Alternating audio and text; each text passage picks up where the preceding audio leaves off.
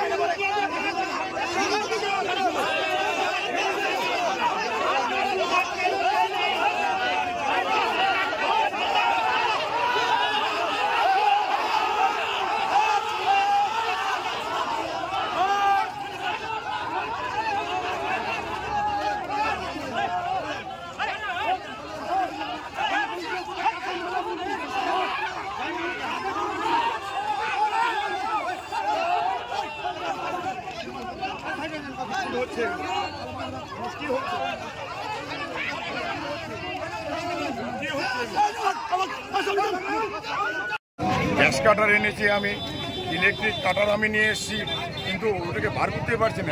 একজনকে আমি হসপিটালাইজ করেছি, একজনকে চাচল হসপিটালাইজ করেছি। হ্যাঁ, এবার এটাকে বার করতে পারছি না, কোনোভাবেই বার করতে পারছি না। এখনো চেষ্টা চলছে ওকে যাতে বের করা যায়। ঢুকে আছে বাবাটা গ্যাস কাটার, মানে গ্যাস যে কাটবে সেটাও ঢুকছে না।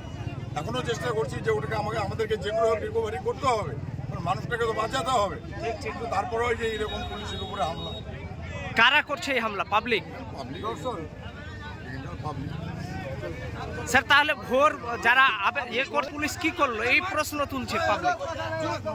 বিভিন্নভাবে গ্যাস কাটার হসপিটালকে ফোন করেছি যে আপনারা এখানে প্রাথমিক ট্রিটমেন্টটা দিন। ডিওমের স্যারকে ফোন করেছি, আমি দুখানে ক্রেন নিয়ে গিয়েছি, গ্যাস কাটার নিয়ে এসে এখনো চেষ্টা করছি। ফায়ার ব্রিগেডও এসছে ইতিমধ্যে। ফায়ার ব্রিগেডও এসছে, ফায়ার ব্রিগেড তো নিয়ে আছে, তো আছে ওখানে ফায়ার ব্রিগেডও আছে। স্যার, কোন থানা? চাচল থানা। চাচল থানা।